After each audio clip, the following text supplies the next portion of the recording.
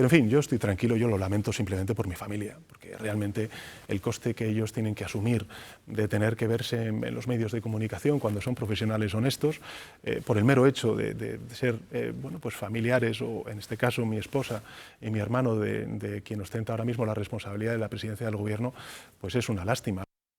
Miguel Ángel Pérez, bienvenido. ¿Qué tal, Carlos? Raúl Vilas, ¿cómo estás? ¿Qué tal? La frase va creciendo. Esta frase nació con mi mujer es una profesional honesta. Ahora ya es mi familia son profesionales honestos. Les recomendamos el modelo microbús, porque como siga creciendo la familia y los indicios delictivos, lo mismo va a necesitar una especie de copy para irle pasando todos los familiares y así lo abrevia. O sea, ya vamos por el plural. Ya mi familia es honesta. Pues eso lo sabrá usted, y quien lo tiene que determinar evidentemente es la justicia.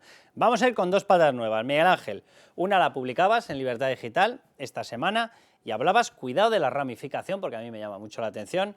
Hemos hablado de determinadas cosas extrañas en Hacienda, hemos hablado de cosas que no se hacen en Hacienda, o por lo menos no tenemos constancia de que se le haya abierto una investigación al hermano, a David Azagra, el camuflado, se llama David Sánchez, pero es que él se camufla por debajo de su seudónimo, David Azagra.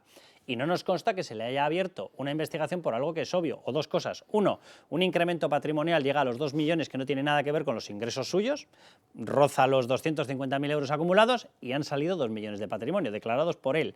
Declarados una declaración de ingresos, porque él asegura que por haberse marchado unos kilómetros para allá, va y resulta que no tiene que hacer la declaración, cosa que es absolutamente falsa. Si tu centro de ingresos está en España, ley de IRPF, lo tienes que hacer aquí, y no consta que lo esté haciendo. Pero tú publicabas, Miguel Ángel, que un organismo que depende, un tribunal que depende, porque es administrativo, que depende del Ministerio de Hacienda, casualmente le ha habilitado una posibilidad muy lucrativa. ¿A quién? A Barrabés. ¿Quién es Carlos Barrabés? El de las cartas de recomendación, el que recibía las cartas de recomendación, puño y letra firmadas por Begoña Gómez. ¿Para qué? Para que consiguiera concursos públicos, y los consiguió.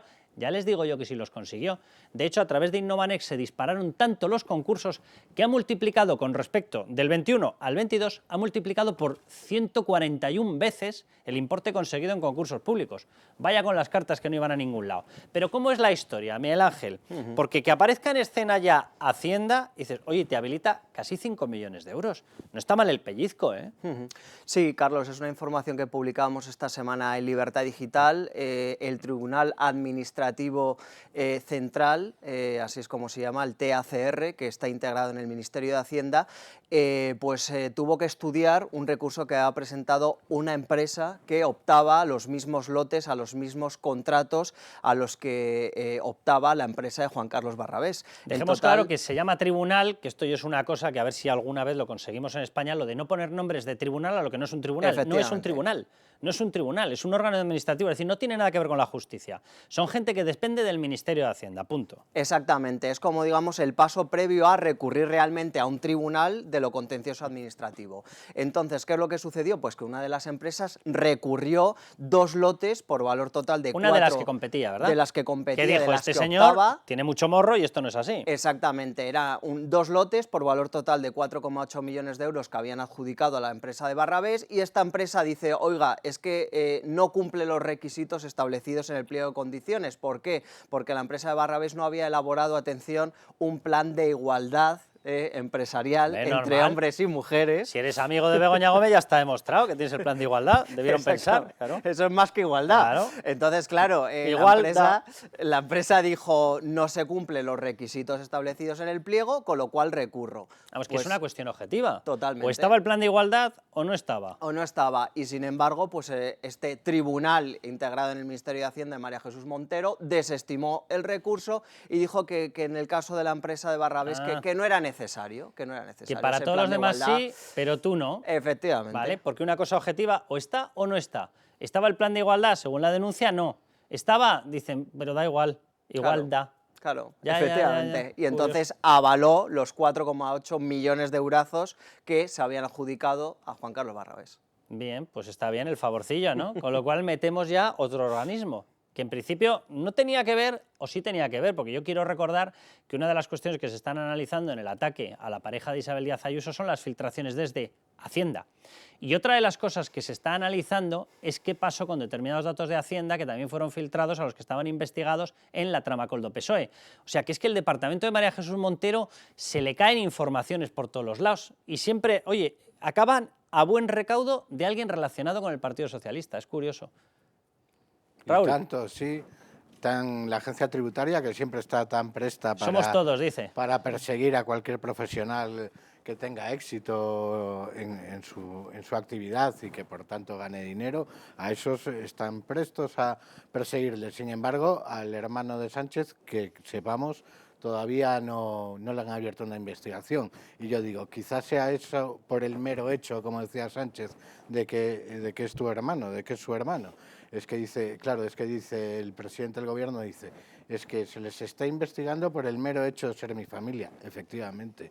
Claro, el delito de tráfico de influencias es lo que tiene. Tienes que tener un cargo. Aunque sea sin querer, está diciendo alguna verdad que otra. Es que lo que queremos saber es si por el mero hecho de ser la mujer de Pedro Sánchez, la Universidad Complutense le ha hecho una cátedra, las grandes empresas le reciben, patrocinan sus eventos. También nos gustaría saber si por el mero hecho de ser Barrabés, amigo tanto de Begoña como de Pedro Sánchez, la agencia tributaria Hidalgo, dice, no, el plan de igualdad en este caso no nos importa. Es que ese es el quid de la cuestión, el mero hecho de que es tu familia y de que se está aprovechando de ser tu familia para conseguir tratos de favor y todo tipo de ventajas, como estamos viendo, que el resto de los españoles no tenemos por el mero hecho de no ser familiares del presidente del gobierno. Bueno, vamos a ver dos declaraciones. Una no me resisto a no ponerla porque es este hombre que él se reivindica y dice, yo soy jurista. Vale, pues escúchenle porque él asegura que los procedimientos o las causas o los casos en España se abren precisamente porque se aportan pruebas exculpatorias, un nuevo tipo de concepto judicial. Es Óscar Puente, que claro. Bueno, Óscar Puente y luego ya les digo lo que ha comentado Pedro Sánchez. Y lo que ha dejado claro el presidente en todas sus intervenciones es que no hay absolutamente ninguna base en la causa penal que se ha abierto contra su mujer, ninguna. Lo ha dicho por activa y por pasiva. Y lo cierto es que a día de hoy, por mucho que se llame a declarar a Begoña Gómez, la realidad es que no hay en la causa ni una sola prueba incriminatoria contra ella, ni una sola, ni una sola. Es más, si hay algo en la causa son pruebas exculpatorias. Bueno, yo de verdad es que no sé, que vamos a instaurar las clases de derecho para teóricos juristas. O sea, por lo que se abre una causa penal no es por pruebas, se llaman indicios.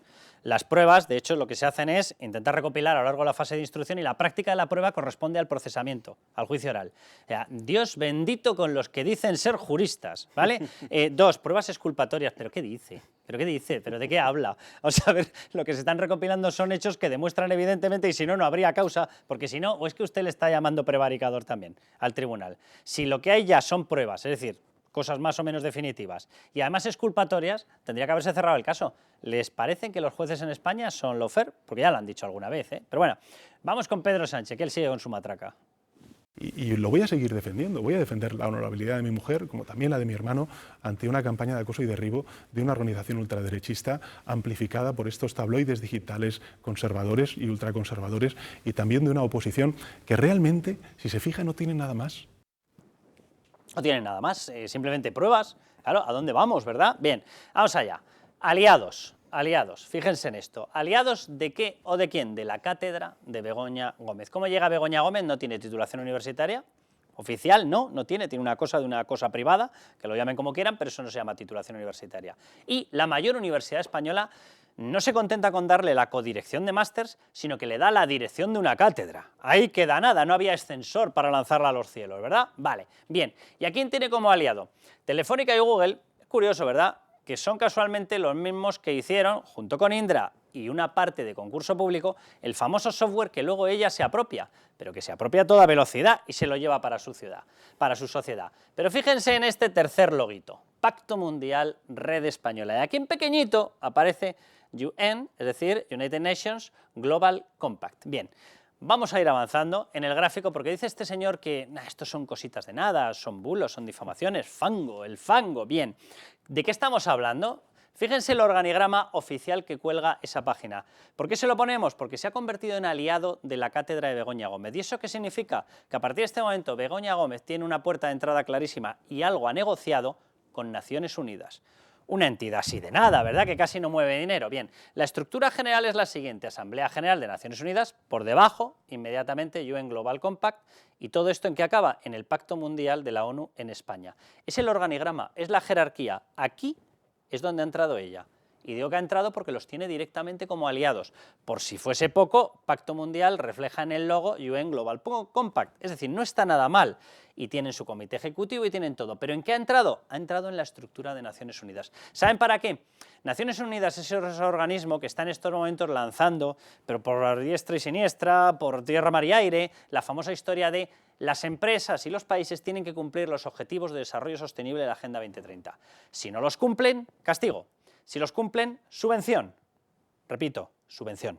Bien, ¿qué hace ella? ¿Qué hace Begoña Gómez? Pues nada más y nada menos que asesorar a las empresas ¿en qué? En el cumplimiento de los objetivos de desarrollo sostenible de la Agenda 2030. Es decir, acaba de entrar en la lanzadera mundial de las subvenciones que piden asesoría, o a la que le piden asesoría a las empresas para intentar evitar el castigo y conseguir el premio. Y ahí está ella. Bueno, según él, que es el que nutre de fondos públicos a Naciones Unidas, que es el que negocia todo con Naciones Unidas, esta cosa del Pacto Mundial ya se ha reunido en el 22 con Nadia Calviño, con Belarra, con gente del ICEX, se está reuniendo al máximo nivel del gobierno. Según él, esto no genera ningún problema ni ningún conflicto de intereses. Que tu mujer figure en una red que es la que nutre de contenidos para conseguir obtener subvenciones que las da Naciones Unidas después de que tú le hayas dado el dinero a Naciones Unidas. ¿Y quién es tú? Tú es Pedro Sánchez. Y se queda tan ancho. Raúl. Sí. Figura una vez en esa red por el mero hecho de ser su mujer. A ver, Y es que si no, ¿por qué ha entrado claro, ahí? Pues y eso es lo que todavía no hemos tenido ni una sola explicación, porque, bueno, esto ya de Óscar Puente, que diga como argumento de autoridad que Pedro Sánchez ha dejado claro que no hay nada. Vamos a ver, Pedro Sánchez en este caso es una parte interesada. No, es el puto amo que dijo él. O sea, que si Pedro Sánchez dice que no hay nada, ya todos no hay nada. Pero insisten tanto en que no hay nada, en pruebas exculpatorias, pues que nos las expliquen, si lo estamos deseando, si llevamos meses preguntando y pidiendo explicaciones de que alguien nos diga por qué Begoña Gómez tiene una cátedra en la Universidad Complutense, y toda la respuesta es continuamente repetir todos como cacatúas, el fango, la máquina del fango, la máquina del fango, que eso, además de demostrar muy poca consideración hacia la inteligencia de la sociedad, porque menuda explicación es esa, fango, fango, fango, es que ¿dónde están las explicaciones? Si no hay nada, si todo es fácil de aclarar, que nos digan, insisto, porque la cátedra, porque las cartas de recomendación, porque Begoña Gómez aparece con Globalia, con Javier Hidalgo, con Rescates. Eso, si no hay nada, que lo expliquen, pero desde luego decir es fango, es fango, es fango, y quien pide explicaciones es facha, no es una explicación presentable en ninguna democracia. Cuando recurren a eso, lo que tenemos que pensar es que no hay explicación. Que no saben responder a nada. Claro. Había, Carlos, en el panel que has citado, un logo de Human Age Institute, que es la fundación de Manpower Group. Y esto es importante porque es un tema que ha pasado muy desapercibido. Manpower Group, a través de su fundación, fue sponsor de la cátedra de Begoña Gómez. ¿Y qué es lo que sucedió? Ahí está el logo. ¿Qué es lo que sucedió, Carlos? Pues que entró a finales de 2022 como sponsor de la cátedra y a finales de 2023... consiguió una adjudicación de más de 200.000 euros. ¿De quién?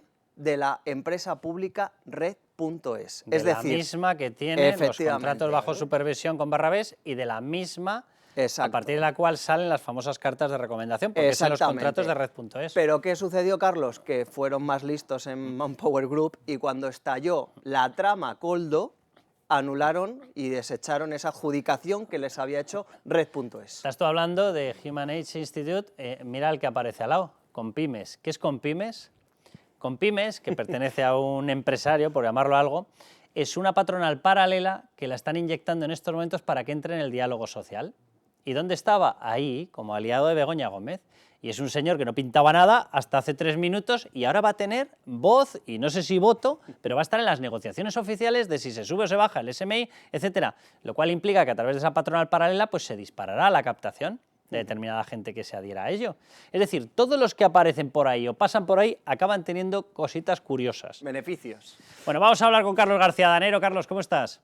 Hola, ¿qué tal? Muy bien. Oye, bienvenido. No sé si te iba a dar la bienvenida al programa, pero ya no sé si decir a la fachosfera, porque claro, según lo que dice Sánchez, si cada vez que mostramos documentos, pruebas, fotografías, patrocinios de la cátedra, relaciones, somos fango, Pues nada, pues bienvenidos a la fachosfera y se acabó la historia. Vamos a ver, de todo lo que estamos diciendo, tú que estás ahí en el Parlamento, eres diputado, estás en estos momentos con el Grupo Popular, de todo lo que estamos diciendo, él ha respondido en alguna ocasión negando algo de verdad con hechos y diciendo, esta noticia es falsa, hemos presentado esta acción judicial, vamos a ir contra ella, hemos solicitado por derecho al honor, hemos presentado una querella. ¿De algo ha hecho algo de esto? Nada. Eso es Cero. lo grave, ¿no? Que lleváis unos cuantos minutos hablando de cosas concretas, objetivas, con datos, que está contrastado, que no son hipótesis, etcétera, o no son pensamientos de nadie, sino son cosas que están acreditadas. Y es que no se da ninguna explicación, que eso es lo que se echa en falta, ¿no? Porque o das una explicación o acudes a los tribunales a defender tus intereses. Pero claro, ante eso, que la respuesta sea voy a cerrar los medios de comunicación que están publicando esas cosas, si a esos medios de comunicación alguien les mete publicidad, voy a ir contra esas empresas que colaboran para que esos medios de comunicación funcionen. Y en el aspecto político, todo el que habla, desde luego, está en la ultraderecha. Y además, a los jueces que se atrevan a entrar aquí, pues también diré, los voy a señalar, se les está señalando ya en sus vidas privadas, y además digo que son otros fachas, y además amenazo en general a toda la judicatura diciendo que ahora voy a meter mano en el Poder Judicial. Es que es un escándalo de tal dimensión todo. Pero te digo una cosa, estamos viendo. Carlos, te digo una cosa, según lo estabas explicando, que lo estabas explicando de maravilla, de verdad que me estaba pasando por la cabeza, porque si nos fijamos lo que ha ocurrido en narcodictaduras, lo que ha ocurrido, por ejemplo, en Venezuela, con el chavismo, efectivamente primero se fue a por la justicia, simultáneamente o 5 segundos después se fue a por la prensa, y el tercero a por el que se fue a por la oposición, ¿eh? No, pero es que yo, y ahora se pregunta mucho, ¿no? Y Europa y tal, a mí me parece muy bien Europa, pero nos tenemos que defender nosotros. Nosotros tenemos, o sea, está muy bien, Europa evidentemente tendrá que poner sus mecanismos, pero nos tenemos que defender nosotros en España de esto. Quiero decir que es que al final se está yendo de una forma descarada contra todo el que opina diferente, pero por ejemplo, el perseguir a un juez, perseguirle filtrando cosas personalmente, etcétera, le quieres destrozar la vida. Bueno, eso, es que pero fíjate, Carlos... eso es para ese juez y para los demás también, porque los demás jueces van a decir, oye, yo, mira, miro para otro lado. O sea, no lo van a hacer. Es que fíjate, Carlos, lo que estás diciendo, que es importantísimo, es decir, Pedro Sánchez asegura que es fango, lo que evidentemente no lo es, porque ha sido admitido judicialmente y hay indicios objetivos delictivos, así lo ha determinado la justicia, en las dos causas, en las del hermano y en las de la mujer de Pedro Sánchez. ¿Qué han hecho ellos con familiares de los jueces? Y ahí no hay ninguna causa, y los han exhibido para marcarles. ¿Quién está aquí lanzando fango? ¿Quién está marcando? No, es que es de una gravedad tremenda. Entonces tienes que ser muy fuerte para aguantar eso y que te toque un caso de estos. Y bueno, pues al final, cuando a alguien le amenazas, cuando a alguien le señala su vida, cuando a alguien, lógicamente tiene consecuencias. Es de una gravedad tremenda. Y sobre todo que no se da ninguna explicación. Pues si dicen, no, mire, es mentira que mi mujer hiciera esto. Es mentira que mi hermano no vaya a trabajar. Es mentira que esté censado en Portugal para no pagar impuestos. Es mentira que no pague impuestos. A ver, presentas el documento y se acabó la discusión. Está claro. A mí si alguien me dice, este no ha hecho la declaración de la renta, oye, se la enseñó y ya está. Quiero decir que es que las cosas son muy sencillas. Carlos, última pregunta muy rápida, que tú tienes Sí. ahí cogido el termómetro en el hemiciclo. ¿Les ves débiles? ¿Le ves débil a Pedro Sánchez? ¿Le ves nervioso? ¿Puede caer? Está mucho, a ver, desde mi punto de vista, está mucho más nervioso de lo que él aparenta, porque sabe que judicialmente tiene un problema serio y sabe que políticamente atender, como está atendiendo, a toda la oposición, a todos los que le apoyan, vaya, a todos sus apoyos y querer satisfacer a todos es muy complicado, sobre todo cuando tú estás débil, y yo creo que él está débil. Otra cosa es que, claro, la patada hacia adelante va a tener sus consecuencias. Es decir, que cuando uno se revuelve, pues son los peores momentos. Eso también es cierto. Los peores coletazos. Muchísimas gracias, Carlos. Un abrazo muy fuerte. Gracias. Abrazo. Bueno, vamos a coger un poquito de oxígeno. Me voy a ir a Bancamar y a la vuelta os hago la misma pregunta. Si pensáis que está débil como para caer. Bancamar. Nuestra solvencia, su tranquilidad. Patrocina este espacio. Bueno, pues ya ha llegado ya el momento de abrir comunicación con Banca Marc, el banco más solvente de España, esto que no se nos olvide. Bien, en los últimos años el panorama digital ha traído un aumento de la conectividad, de este término, la conectividad, pero también ha abierto las puertas, cuidado, a nuevas vulnerabilidades y amenazas. Las empresas, especialmente las pequeñas y medianas empresas, las pymes, se encuentran en el punto de mira de los ciberdelincuentes, experimentando, y esto es muy grave, un incremento significativo de ciberataques, llegando a cotas nunca jamás vistas. Bueno, Alfredo Merino es gerente de desarrollo de negocio de Banca Marc. Primera pregunta, ¿cuál es el motivo de este aumento y cómo están evolucionando este tipo de ataques? Hola, Carlos. Pues efectivamente, están creciendo mucho y esto preocupa. Hay que tener en cuenta que cada vez estamos invirtiendo más en digitalización y somos más dependientes de los sistemas online. Esto lo que hace es ensanchar el campo de actuación de los ciberdelincuentes. Tan es así que hoy la ciberdelincuencia ocupa el 1,5% del PIB mundial en términos de costes de los ciberataques. Y lamentablemente España ocupa el tercer puesto de países atacados con más de 40.000 ataques diarios. Esta escalada de ciberataques se explica por cuatro factores fundamentales. En primer lugar, a pesar de que hay cada vez más sensibilización por parte de las empresas de este riesgo, todavía no tienen interiorizado el proteger estos sistemas de información, lo ven todavía como un gasto. Por otro lado, tenemos un gran desconocimiento del mundo digital en el que interactuamos cada día. Luego, las personas, los particulares, tenemos pocas protecciones en la vida personal y estamos absolutamente expuestos cada día en torno a 7 horas diarias conectados a Internet, y esto lo que proporciona es el caldo de cultivo para que los ciberatacantes nos hagan ataques de ingeniería social. Por último, la inteligencia artificial pues viene para hacernos más productivos y mucho más eficientes, pero también mejora las competencias de los ciberatacantes.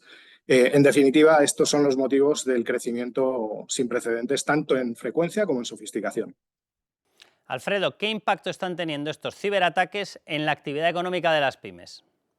Pues está teniendo efectos severos en la economía de las empresas, fundamentalmente en varios ámbitos, como por ejemplo que 1/3 de las empresas que son atacadas tiene un daño en la reputación de su marca que les hace pues no crecer en el número de clientes e incluso perder los ya existentes. Por otro lado, más de la mitad de las empresas atacadas tienen pérdidas económicas muy relevantes por el desvío de fondos, por las suplantaciones o por la ciberextorsión. El famoso ransomware, que lo que hace es bloquearte el sistema, te piden el rescate para desbloqueártelo. Hay que tener en cuenta que el ransomware, cuando se produce este ataque, prácticamente el 50% de estas empresas que lo reciben se ven abocados al pago de este rescate. Al final, esto es un agujero en la cuenta de resultados. Y por último, los ataques, las consecuencias de los ataques, tanto en términos de paralización como de pérdida de beneficios como consecuencia de esta paralización, pues tardan casi un mes en resolverse. Y una vez que se resuelven, a veces hasta se reactivan. Por tanto, son temas que preocupan especialmente. Y última pregunta, Alfredo, ¿qué medidas pueden tomar las pymes para protegerse de estos ciberataques y minimizar el riesgo? Vamos, dicho de otra manera, si hay un plan B. Pues se pueden tomar distintas medidas que lógicamente requieren tiempo, dedicación y una cierta inversión.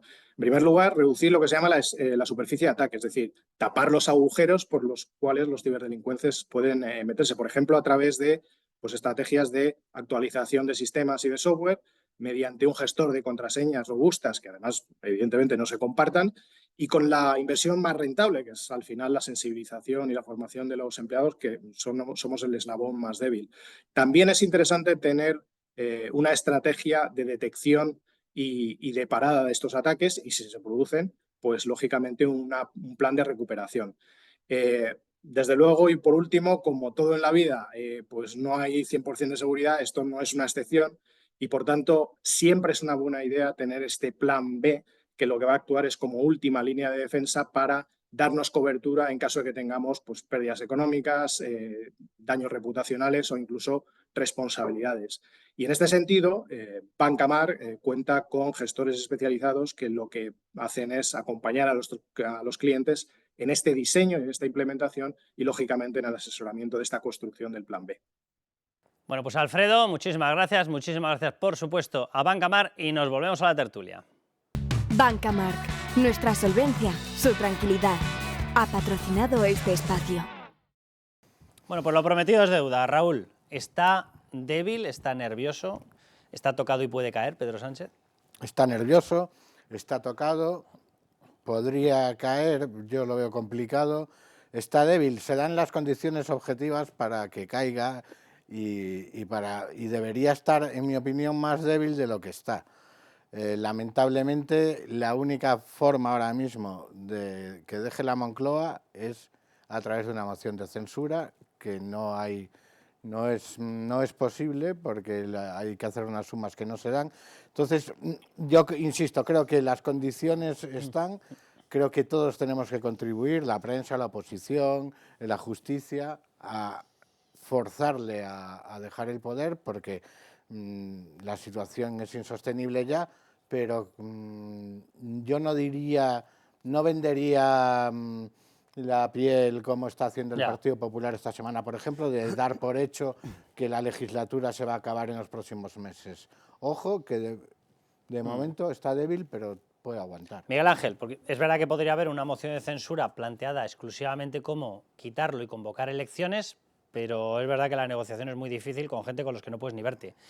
Y luego una cuestión, Pedro Sánchez tiene un motivo, precisamente con las causas judiciales, para mantenerse. La presión que ejerce sobre los jueces, en el momento en el que salga de presidencia, deja de poder ejercerla. Claro, yo creo que ahora mismo se dan los mimbres para que si sigue así la cosa y se sigue andando este camino, en un futuro realmente pueda estar contra las cuerdas, pero para mí todavía queda mucho recorrido para ver a Sánchez fuera. Bueno, pues quedaos los dos, que vamos al siguiente bloque, porque decía Carlos García Danero y tiene toda la razón. Cuidado con los últimos coletazos. Bueno, pues entre unos de los coletazos, ya hemos hablado de los de la prensa, vamos a hablar de los jueces, porque están marcando abiertamente a través de todas sus vías de influencia a determinados jueces. Ya verán que ni siquiera vamos a poner las fotografías, porque a mí que no me esperen en una historia de estas, más bien en todo lo contrario.